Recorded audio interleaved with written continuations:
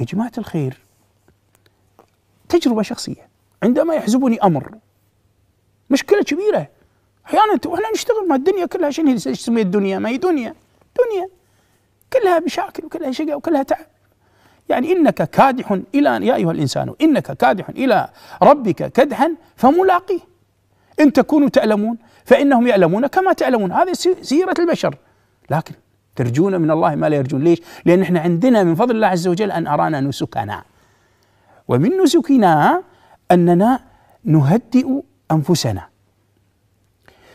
فمن الأمور التي نهدئ بها أنفسنا هو الاستغفار. يقول ابن تيمية عندما يحزبني أمر، أنا سمعت قرأت له في سوق أو في مسألة أو في مشاكل، لأنه كان عنده خصوم كثيرين، كان يعني هو مجن يقول ألزم الاستغفار 1000، تزيد أو تنقص يعني حسب العد، ساعات حتى اللي عد يغلط لكنه ما أتقل عن 1000، فيذهب الله ما بي. أنا جربت هذا في حياتي العملية.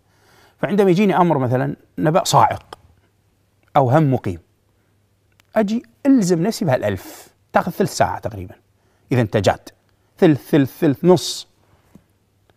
تصوروا أكون أعرق وأكون تعبان لأنه في صدمة التلقي احنا قلنا عنها.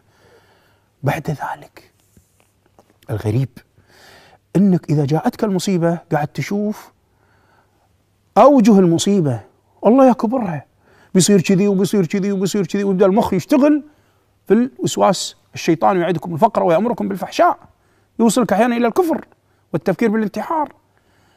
ما أن تنهي 1000 إذا كنت جادا حتى تبدأ تشوف أوجه الحل. الغريب العقل يجب أن يعان، لا يترك وحده في ظلمة الفكرة وفي ظلمة الأزمة، يجب أن يعان. ومن فضل الله عز وجل أن أعانه بهذا المد، تشبك فيه، تشبك شلون نشبك عنا؟ تشبك في النت، تشبك في الكهرباء حتى تشب، تشبك فيه الوايرات، وايرات الذكر، فتهدأ وتسكن، ويبدأ العقل اللي كان يضرب يمين وشمال مثل الخرطوم المطافي يبدأ يركز.